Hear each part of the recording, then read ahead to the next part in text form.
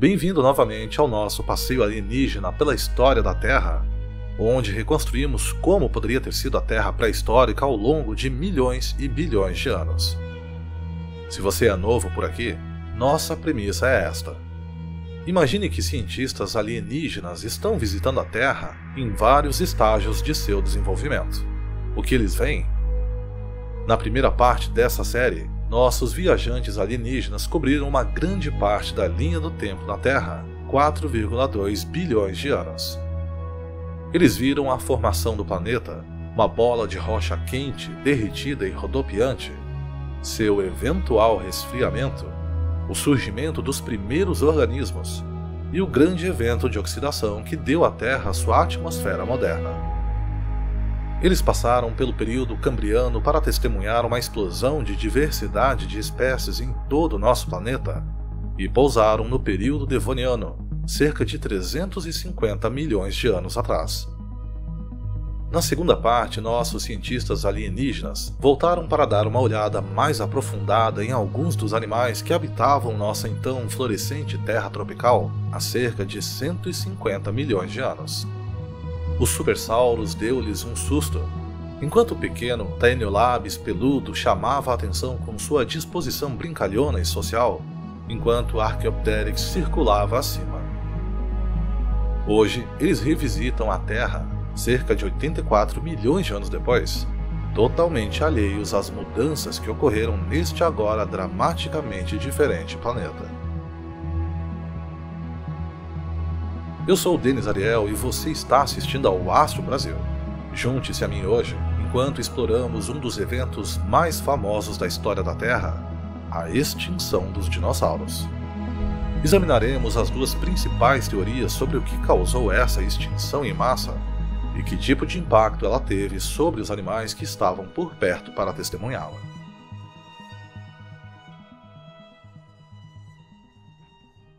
Nas últimas dezenas de milhões de anos, toda vez que nossos amigos alienígenas sobrevoavam a Terra, viam um mundo verdejante governado por seres como o Ceratossauro, o Barosaurus e o Eoraptor. Vamos imaginar que nossos exploradores alienígenas decidam descer e coletar amostras deste mundo incrível em um certo dia, 66 milhões de anos atrás. Mas primeiro eles precisam fazer uma parada. Eles estão com pouco hélio 3 e passam por Júpiter para se reabastecer. Sem essa fonte de energia, a nave não poderá decolar novamente quando pousar na Terra. Amanhã então, eles concordam. Quando retornam no dia seguinte, verificam novamente o GPS ou Sistema de Posicionamento Galáctico. Eles devem ter cometido um erro. Não há como a bola de fogo coberta de fuligem que eles estão olhando ser o mesmo planeta próspero sobre o qual sobrevoaram ontem. Nossos amigos alienígenas estão pasmos. O que poderia ter acontecido para causar tamanha devastação?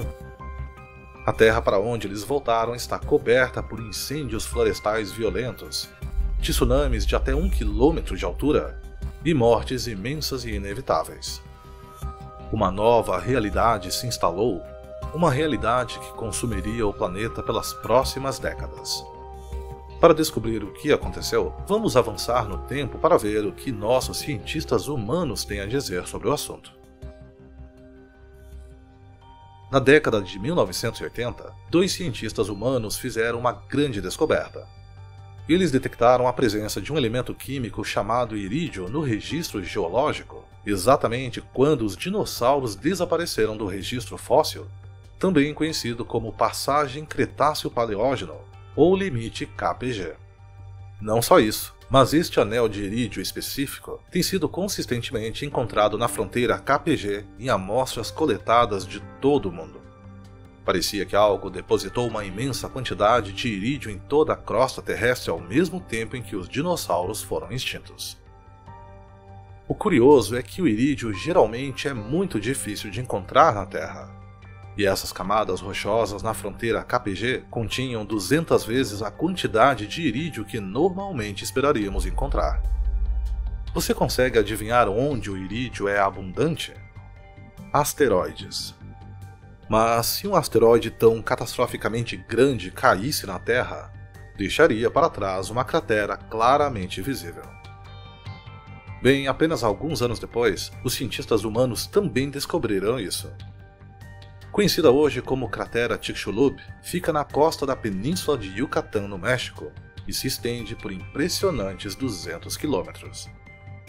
Depois de alguns testes, os pesquisadores confirmaram a idade da cratera como sendo de cerca de 66 milhões de anos, alinhando exatamente com o irídio na fronteira KPG e o desaparecimento dos dinossauros do registro fóssil. Outra evidência importante que apoia a teoria dos asteroides é algo chamado tectito. Eles foram encontrados em abundância em vários lugares, com uma das descobertas mais surpreendentes vindo de Dakota do Norte, nos Estados Unidos da América. Os pesquisadores encontraram uma vala comum fossilizada, com peixes, troncos de árvores queimados, galhos de coníferas, mamíferos, ossos de mosassauros, insetos e a carcaça parcial de um triceratops. Todos congelados no tempo juntos, ao longo da fronteira KPG. Os cientistas nunca tinham visto uma coleção tão diversificada de organismos em diferentes estágios da vida que morreram ao mesmo tempo. E dentro e entre todos os fósseis, havia incontáveis tectitos e microtectitos. A principal teoria é que eles são, na verdade, pedaços de crosta terrestre derretida que foram lançados ao céu com o impacto. No alto da atmosfera, eles esfriaram para vidro natural e depois caíram de volta à Terra como uma chuva de vidro, com velocidades de 160 a 300 km por hora. E lembre-se, a Dakota do Norte está a 3.000 km do impacto. Então vamos reunir essas evidências e pintar um quadro para os nossos viajantes alienígenas do que poderia ter acontecido com a Terra enquanto eles estavam abastecendo. Quando nossos exploradores extraterrestres viraram as costas para a Terra, podem ter notado um asteroide acelerando em direção ao planeta, ficando mais brilhante e maior contra a escuridão do espaço. Com cerca de 10 a 15 km de largura e viajando a 72.000 km por hora, ele fez contato próximo à costa da península de Yucatán, no atual México. E isso liberou uma quantidade absurda de energia de uma só vez, o equivalente a detonar bilhões de armas nucleares ao mesmo tempo. Este foi um terremoto sentido em todo o mundo. Não há como isso passar despercebido, mesmo pelos animais do outro lado do planeta, na Indonésia moderna. No local do impacto, a radiação térmica queima tudo em um raio de 1.500 km. A força do contato do asteroide faz com que a crosta terrestre se derreta e se espalhe como água depois que uma pedra cai, deixando para trás uma cratera monstruosa com 25 km de profundidade e 100 km de largura.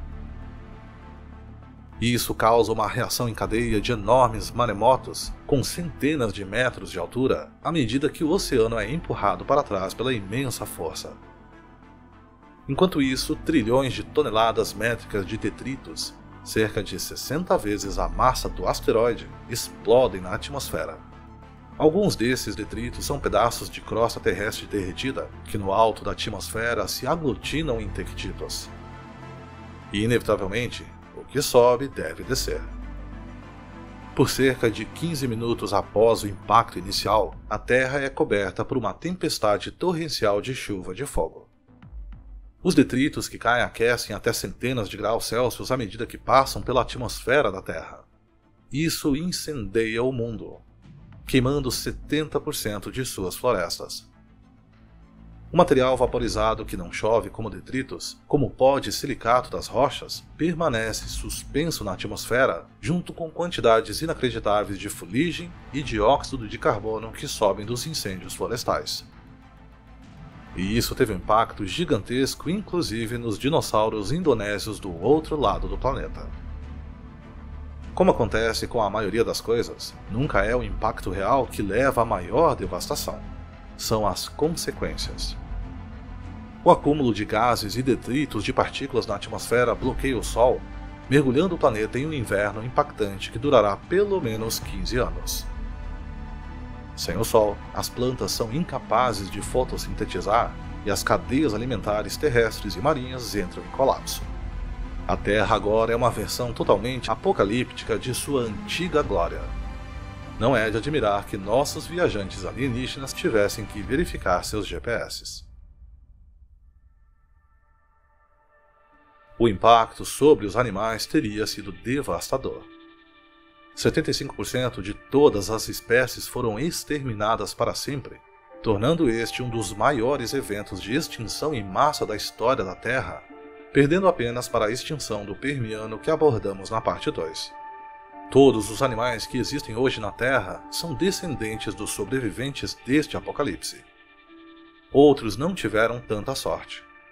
Ser grande é uma desvantagem em um apocalipse. Você precisa de muita comida, muito espaço e muitos recursos.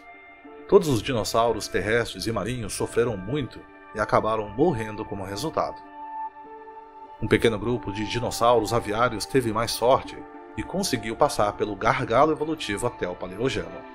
Eles ainda hoje vagam pela Terra através de seus descendentes diretos, os pássaros. Quando pensamos em pássaros, pensamos em bicos, mas na época do Cretáceo, os pássaros apareciam em todos os tipos de variações maravilhosas que nunca vimos com nossos próprios olhos. Alguns tinham bico, outros não. Alguns tinham dentes, outros não. Embora seja tolice acreditar a uma única característica a sobrevivência de uma linhagem familiar inteira, certamente parece que se você fosse um pássaro há 66 bilhões de anos, ter um bico colocaria as probabilidades a seu favor. Acreditamos que os pássaros com bico tinham uma vantagem, pois podiam extrair sementes do solo quando nenhuma outra fonte de alimento estava disponível. Perto do final do Cretáceo, os pássaros com bico já comiam uma dieta mais variada do que seus primos sem bico. Isso teria sido uma enorme vantagem quando as rações eram escassas. Ter força suficiente na moela para esmagar frutas e sementes duras e resistência de voo suficiente para coletar alimentos em grandes distâncias também ajudou na sobrevivência. Algumas espécies de mamíferos também conseguiram avançar. Acredita-se que apenas os mamíferos menores de 10 centímetros sobreviveram, pois podiam se esconder no subsolo, onde estavam de certa forma isolados das temperaturas globais mais baixas. E o fato de serem pequenos também significava que precisavam de menos comida para sobreviver. O ornitorrinco é um exemplo de mamífero que coexistiu com os dinossauros, sobreviveu à extinção KPG e ainda existe até hoje. As tartarugas também se saíram surpreendentemente bem, embora não se entenda por quê. Cerca de 80% das espécies conhecidas de tartarugas sobreviveram à extinção KPG, assim como os crocodilos. Embora não possamos ter 100% de certeza do porquê, algumas ideias são de que os crocodilos, como os pássaros de bico, têm dietas altamente diversificadas e podem sobreviver sem comida por mais de um ano, graças às suas excelentes habilidades de conservação de energia. Após a catástrofe, o repovoamento parece ter acontecido muito rápido. Se nossos cientistas alienígenas sobrevoassem a Terra apenas 30 mil anos depois, já haveriam novos ecossistemas florescentes ressurgindo das cinzas em algumas partes do planeta. Talvez fosse melhor que nossa tripulação alienígena estivesse com pouco L3 e não precisasse testemunhar o apocalipse em primeira mão. Revisando nossa versão dos acontecimentos, nossos amigos alienígenas não estão convencidos de que esta seja a história completa. Eles são bons cientistas e melhores céticos. Só porque a evidência pinta um quadro, não significa que não possa pintar outro. Na verdade, esse é exatamente o enigma em que nós, Homo sapiens, nos encontramos agora. Embora muitos cientistas humanos se apeguem firmemente à teoria dos asteroides, outros pensam de forma diferente. Vamos rebobinar a fita e reexaminar as evidências. A pista inicial que deu origem a todo esse negócio de asteroides foi aquele incômodo elemento irídio. Embora esteja presente em asteroides, também está presente em outro local importante, o núcleo da Terra. E isso dá peso a outra teoria popular, a de que fortes erupções vulcânicas podem ser as culpadas pela extinção em massa. Nesse cenário, o mundo ainda estaria coberto por uma manta de fumaça, fuligem e detritos, choveria tectitos, e o Sol ficaria bloqueado por anos, causando um longo inverno e o colapso total do ecossistema. E nosso irídio ainda faria parte do registro geológico. Os efeitos são basicamente os mesmos. A única diferença é a causa. Então, a culpa é de um asteroide ou de vulcões? Há evidências que mostram atividade vulcânica massiva durante o final do Cretáceo, antes do suposto asteroide atingir a Terra. Os pesquisadores dizem que a presença de basalto de inundação corresponde a 3 das 5 extinções em massa, incluindo aquela que matou os dinossauros. Os basaltos de inundação são deixados para trás quando grandes áreas de terra são rapidamente inundadas com lava. Elas deixam para trás formações rochosas ígneas em forma de degraus chamadas armadilhas. A extinção do Grande Permiano que nossos amigos alienígenas testemunharam no último vídeo foi desencadeada por erupções vulcânicas que mais tarde formariam a armadilha siberiana. Alguns cientistas acham que a mesma coisa aconteceu com os dinossauros e deixou suas impressões digitais nas armadilhas de Deccan, na atual Índia Ocidental. Os dados mostram que esta região era altamente ativa na época da extinção dos dinossauros. Uma explosão violenta poderia ter tido efeitos globais de longo alcance, enchendo a atmosfera com poeira, enxofre tóxico e CO2, causando uma destruição de forma semelhante à teoria do asteroide. Na verdade, simulações de supercomputadores mostraram que há uma correlação incrivelmente forte entre eventos de inundação de basalto e eventos de extinção em massa, muito maior do que o puro acaso. No entanto, alguns cientistas não acham que seja uma situação de um ou outro. Um corpo crescente de pesquisas está tentando reconciliar uma versão de ambos os eventos, sugerindo que o impacto do asteroide e os terremotos subsequentes potencializaram a atividade vulcânica em curso, levando-a além do limiar letal para o território de extinção em massa. Mas até que ponto cada evento desempenhou um papel ainda está em debate. Espero que essa exploração de possíveis teorias seja suficiente para satisfazer nossos cientistas alienígenas. Até agora, eles já viram a Terra em formas suficientes para saber que, se há uma coisa em que podem confiar, é sua transiência. A Terra não será uma bola de chuva ardente e inverno eterno para sempre. É apenas uma questão de tempo até que a vida volte a surgir. Quem sabe o que eles verão no próximo sobrevoo? Então é isso. Espero que você tenha gostado desse terceiro capítulo da evolução planetária da Terra. Você está interessado em aprender mais sobre a história da Terra em episódios futuros? Quais partes da história da Terra você visitaria se pudesse? Por favor, deixe-me saber nos comentários. Muito obrigado a todos que se inscrevem no canal, todos que comentam, que assistem e que curtem o conteúdo. É sempre uma alegria contar com o apoio de vocês. Quer ter acesso antecipado a todos os vídeos do canal, sem nenhuma interrupção ou propaganda? Então conheça o Clube de Canais aqui no YouTube e também nossa campanha no Apoia-se. Além de você ajudar financeiramente o Astro Brasil, também terá acesso a conteúdo exclusivo, como acesso antecipado a todos os vídeos semanais e lives exclusivas para membros e apoiadores. Um especial agradecimento aos nossos queridos membros e apoiadores que todo mês ajudam o canal a se manter. Muito obrigado e até o próximo vídeo.